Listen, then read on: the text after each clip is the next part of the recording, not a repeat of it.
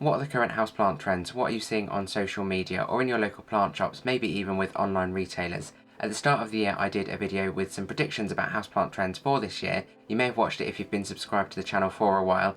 If not, I'll give a quick recap of what those were. Then we'll have a look at some resources to see what current plant trends are, as well as some home styling trends to see whether we hit the mark or not. It's looking at around 80%, definitely missed one, and one of my favourite ones, which is a shame, just hasn't been as popular as I thought it would be. So I'll cover all of those in the video. Now when it comes to plant trends or even home style trends, it really doesn't matter whether we follow them or not. Be individual, do what makes you happy, but they can provide us some really good inspiration to help us with our home decorating, or maybe even some inspiration for plants to add to the wish list. Now before we look at current trends, I'll give a quick recap of what was originally predicted, and there were 6 plant trends and 4 home style trends. So the first one was large or statement plants, specifically with reference to the ficus lyrata or fiddle leaf fig, which you might remember was really popular on social media and on lots of reality programs. So we'll see if that is still the case, or maybe if that's changed. And the second one is the orchid. So while these have always been popular, they were going to get a really big push in 2023. So they've been named the Flower or Plant of the Year by the National Garden Bureau, and they've also been covered heavily in the marketing materials by the Flower Council of Holland, who support marketing and advertising efforts for different types of plants throughout the horticultural industry with different plant sellers, so that they can influence those trends through the media and to the consumer. And the orchid still stands for the third one too, which is floral, so any indoor plants that flower, so things like anthuriums, Symporias or African violets, even garden plants that you can maybe bring indoors, such as azaleas and gardenias for example. And the fourth one was variegated plants, and them continuing to be popular as well as becoming more accessible, more so the showstopper plants such as the variegated monsteras in their many different forms, and the rarer types of philodendrons with their different colours of variegation, just to name a couple. So the fifth one is terrariums, and while this isn't a terrarium, it looks a little bit like one, so it makes a good prop for this section, and it was that they would increase in popularity. More people would get them, either buy them ready-made or maybe even have a go at making them themselves. And the last plant trend is a specific plant, so this is the philodendron Birkin pink, and I thought this would become more accessible, more widely available and more popular. However, I'm not sure that's the case. I'll cover that in a bit. It's only relatively recently been on the market, so only as of the last couple of years, so there is still time for this to increase in popularity. So then there were 4 home style trends as well, which kind of link into those natural elements and maybe would support your plant styling too. So the first one was Ode to Nature, which of course directly links to having houseplants, those natural links, but also about using things like natural materials, natural textures, wood, stone, rough or maybe unfinished textures as opposed to polished surfaces, those sorts of things, to really bring nature indoors and into your styling. Now the second one is vintage folklore, so this one's a little bit more fun, a little bit more colourful, bringing in a little bit more detail. Also again those found items, but maybe older items, ones that you are giving a second life to, and really mixing and matching things up for a bit more of a fun and quirky styling to your home. Now I've swapped the order around because this next one links really well to vintage folklore, and it's all about collecting memories, so being really intentional with the items that you bring into the home, making sure that they've got meaning, really thinking about how they make you feel. So are they older items that bring you nostalgia? Are they new items to make new memories, for example? And it's all about making sure that the space is tailored to you. And the last one is layered spaces, and there is a dual element to this, so it is actually about the physical elements, how we design the space with different structures, textures for example, to get those layers, but also the functions of our spaces, how we use them for multiple uses, particularly now 3 years on from the pandemic. We might have been working from home, then we have our home life, we socialise, we've got family life. Our spaces have lots of different uses, and it's about how we design around that to maximise each of those different functions our spaces have. So now let's look at where we are with the trends today, and I've brought back the big Aglaonema, although the large plants that I'm talking about now are much bigger than this, so they are the statement plants, and they have definitely continued to grow in popularity. I've seen them in lots of big box stores, so supermarkets, IKEA, homeware stores for example. Definitely more variety available as well. So while it used to be much of the focus on the fiddle leaf fig for example, that was the hot plant or the trending plant, the new sort of trending plant I think which has taken the lead is the bird of paradise, or Strelitzia nicolai or reginae, depending on which variety you have. So that is definitely taking the lead, along with things like the Pacheria aquatica and the Ficus elastica or other types of ficus. Now I've combined these next two, as I said they were closely linked, so orchids and florals have definitely increased in popularity throughout this year. I'll show you a clip of the press releases from our leading garden centre in the UK, and you can really see the prominence of florals growing throughout the year, and in a particular colour, which I'll cover in just a second. So orchids have remained popular, but they will probably grow in popularity over the next few months because they are on the Flower Council of Holland's marketing materials for autumn. So you might see when you go into your garden centres, or if you're reading magazines and stuff like that, orchids will be pushed over the next few months. Then you've also got the other flowers like anthurium lilies, azaleas, St. Paulias, those sorts of things. And as I said, a very prominent colour seems to be standing out. There are many reasons why this could be. One more recent, which you might be able to guess, so it's pink. And one reason might be that it's a naturally predominant colour in florals. Another reason could be that it's trend related too. So I don't know if you're aware of Pantone. So Pantone is a colour system, and every year they pick a colour of the year, and this year it's Viva Magenta. So it's a very sort of hot or deep pink colour, which could be why pinks are really prominent. And I think that has also just coincided that Barbie has come out this year a few months ago, and I have seen a lot of social media with plant people jumping on that trend too with pink plants, and lots of, I'm sure companies are doing it too, just to try and push the floral agenda with pink plants as well. And the next one, variegated plants. So these have definitely continued to increase in popularity, particularly those what used to be the more expensive ones, or the showstopper ones. So you'll have seen things like the Monstera albo, the Monstera Thai constellation, even the Adantodyne mint, for example, Florida Ghost, Philodendron Florida Ghost, Florida Beauty. They have over time had increases in supply, which has reduced the price and made them more accessible. So more people have been able to get them, and again show them off on social media, those sorts of things. So there is still an interest in getting those in the collection where people maybe haven't been able to do so before the price reductions. For example, I've just got a Monstera Thai constellation for $49.99, which I would have never been able to do last year. And then there are the other ones, the maybe new varieties that go beyond just the white variegation, or maybe they're not new varieties but rarer varieties that go beyond just the white variegation and have different colours on them. So things like the Philodendron Caramel Marble and Philodendron Red Congo, for example, and they are incredibly expensive and even harder to come by. So maybe they will follow the same trend as they get more supply, and then the price goes down so more people can get them in their collection. And it always seems like, regardless of that happening and them becoming more accessible, there will always be a new variety, there'll always be a new variegation that will then be the top of people's plant wish lists. So I don't think this trend is going anywhere anytime soon.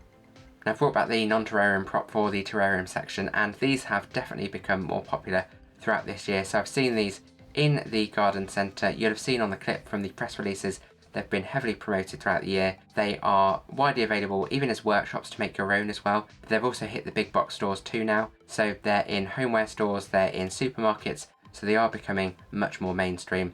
So do you have a terrarium in your collection yet, or have you even tried to make your own? Let us know in the comments below.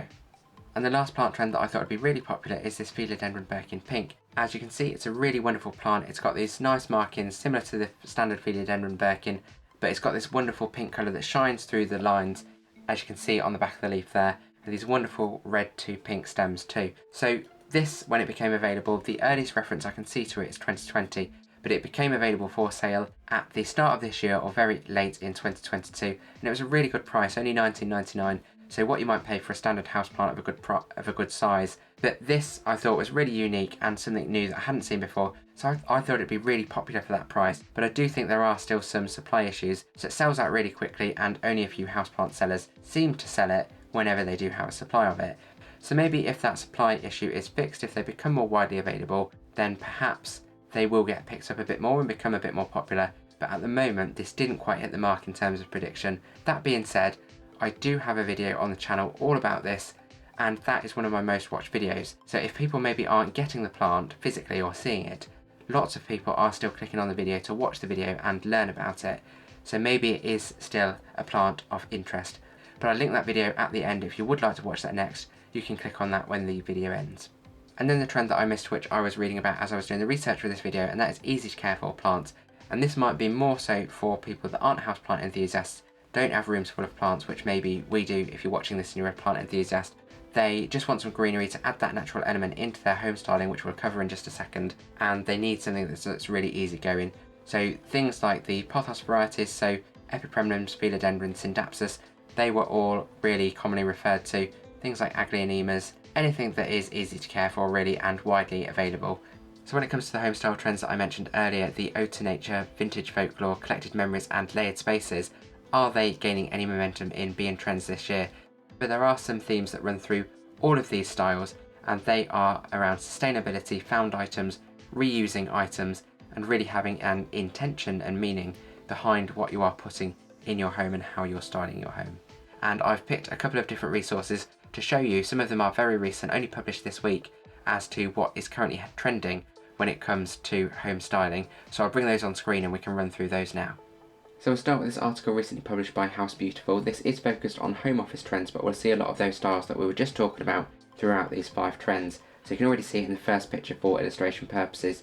Although it's got colour, they're quite muted tones, quite natural, plus that pink running through there. And then there's also the wildflowers, the wood, the rattan basket, the greenery, all of those things we were just talking about in terms of bringing the natural elements indoors, having more of a thoughtful approach, which links into this first one about thoughtfully chosen colours, having a bit more meaning with your style choices so that you are tailoring the space to you. But even looking at this illustration, we can see they are more natural tones, a little bit of colour in there, but pastels, softer tones, and again that wooden furniture running throughout. The second one is biophilic, things inspired by nature, so that really links into that ode to nature there, and we can see again natural colours, a bit brighter there, but still natural colours, and that wooden furniture as well. The third one, the low maintenance greenery, so this is the one that we actually missed off the potential trends, and this actually comes up in a second article that we'll look at in a second.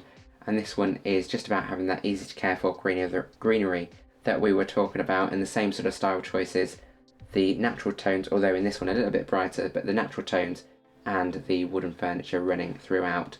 So this fourth one's a little bit different. This is where we jump onto the more colourful and quirkier styles we were talking about. So perfectly imperfect accessories, so this really links into the vintage folklore and the collected memories. So mixed and matched items, a little bit of colour, found items potentially, and that extra sort of fun and quirkiness with your home style.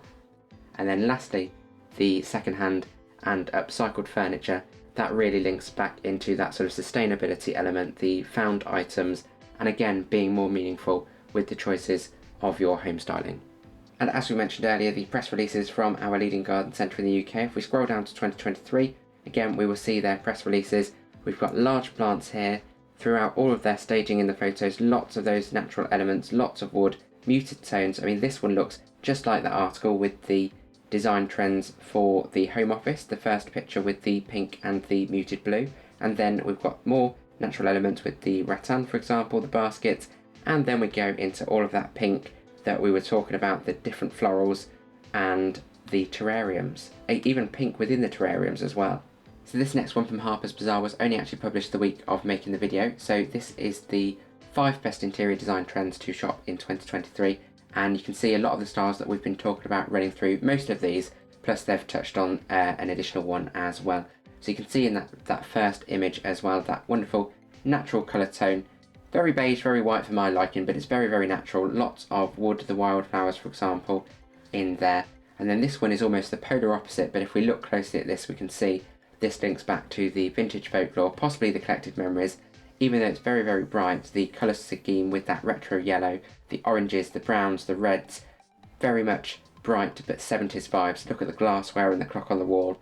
That is very, very much vintage but in the modern day. And then looking at using statement stone, so again bringing in that ode to nature in your style choices. This is the one that we didn't cover, but this is covered in a lot of other articles around current trends about using curbs in the design of your room, whether it's the furniture, whether it's items, decorations, or if it's in the actual structures, so using archways, things like that, to give a bit more flow or fluency to the room. And then the last one, or not the last one, the penultimate one, is Inner Sanctuary, and this is all about being more meaningful with the choices of what we bring into our homes and considering how those items, how those design choices make us feel and influence our mood. And then the last one is linking back to that vintage folklore and possibly collected memories. If we look at those, they might bring back some memories for you, depending on how old you are. I'm not quite keen on the name, Granny Chic, but this really gives sort of those 70s again, maybe 60s to 70s vibes with that wallpaper, that orange tone, lots of brown in there, and those old style items, bringing in those collected memories from the past, bringing in maybe even those found items as well that we was talking about. So this next one is from Flora Fashion, and these are 5 current houseplant trends that they have identified. So the first one is colourful houseplants, and this includes the floral houseplants we were talking about like bromeliads, but it also includes other foliage plants that just have colourful foliage. The second one, terrariums, we've already spoken about these trending this year, and the third one links quite well to the fifth one that they've got, so houseplants with large leaves and larger houseplants that we've already been talking about would be trending as those statement plants. But I guess you could have smaller plants that just naturally have larger leaves too. So they've got an alocasia, for example, and a type of banana plant. And then another one that we've missed from this, and this has definitely been trending this year, or at least becoming more popular, smaller houseplants. So they've suggested for the windowsill, but it could be for smaller spaces. And these have definitely been popping up more with online retailers in garden centres and houseplant shops as I've been going around doing some plant shopping. And it's a great way to get more plants into the collection, new plants, for much less because you're paying for a smaller plant, and then you help it grow to its full potential. So these are only a few resources just to check out the current houseplant trends and the associated style trends. As you can see, a lot of the styles we spoke about that we've just recapped, that we spoke about at the start of the year, and the houseplant trends we predicted are coming through in these various resources. There is a lot more out there if you wanted to do your own research, and there might also be other things out there that suggest different things or maybe contradict what we've predicted at the start of the year. And there were a couple of other things that came out that we hadn't identified, such as the baby plants or the smaller plants that were starting to become more popular, as well as those easy care plants that really link the plants into those sort of style trends, along with that ode to nature element too. So what do you think of those plant and style trends so far? Have you picked up on any of those as you've been shopping in the plant store or in homeware stores, for example? Have you also noticed any others that we didn't mention in the video? If you have, let us know in the comments below. I'd love to see if there are any that we've missed, and maybe keep an eye out for them too. As I mentioned, if you'd like to learn more about the Philodendron Birkin Pink, maybe I can make this a trending plant by pushing that video. I've got a video which I'll link at the end for you if you'd like to watch that next. If you have found this video interesting, then consider subscribing. I have new videos every week, usually on a Sunday, and I've got loads more videos on the channel if you'd also like to check that out next. If you've got any questions, put them in the comments below and I'll respond to everyone. And as always, thank you for watching Grow Your Wellbeing.